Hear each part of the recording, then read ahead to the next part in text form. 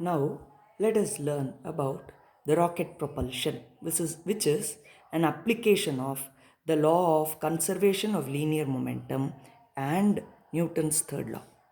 So, this is based on all these 6 points. I've made as 6 points. These 6 points explain the principle of the rocket propulsion.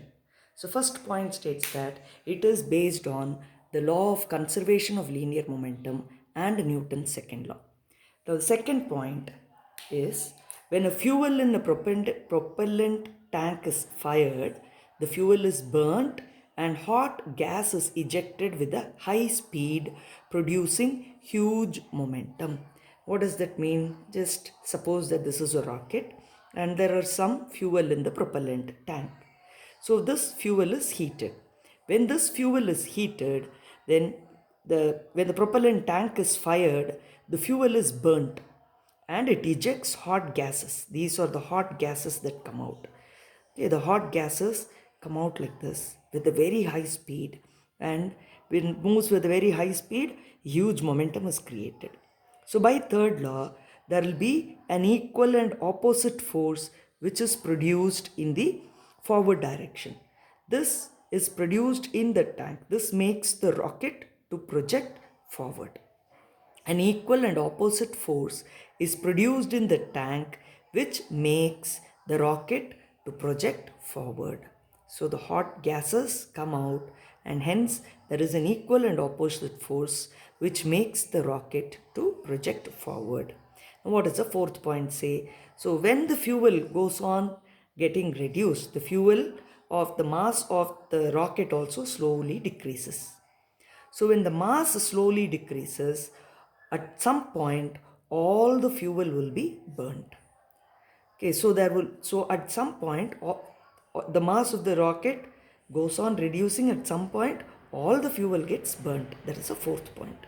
What is the fifth point? There is no net force acting externally. For the law of conservation of linear momentum, there is one very important condition. What is the important condition? No net force acting externally should act. Okay, there is no net external force acting on the system. It is only the gas coming out and the rocket propelling up. There is no other force from outside. So there is no net force acting externally. So hence the law of conservation of linear momentum can be used. What does the law of conservation say? That PV is a constant. The total momentum is concerned. Sorry.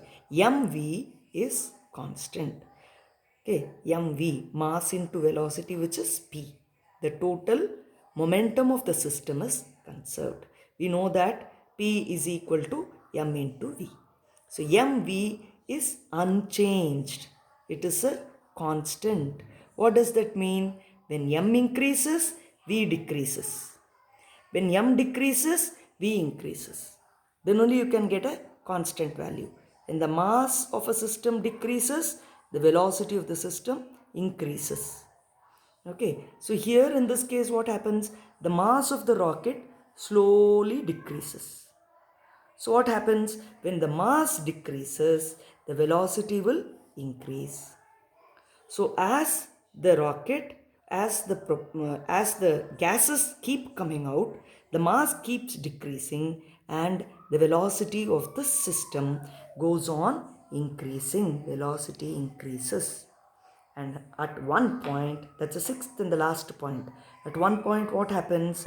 The velocity reaches a maximum value and we call that as escape velocity. What do we call that? Escape speed. That's the maximum speed. Okay, escape speed, VE, can represent it at VE.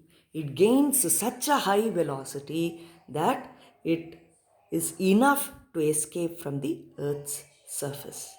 So when the speed reaches this escape speed, the rocket goes out of the Earth's atmosphere.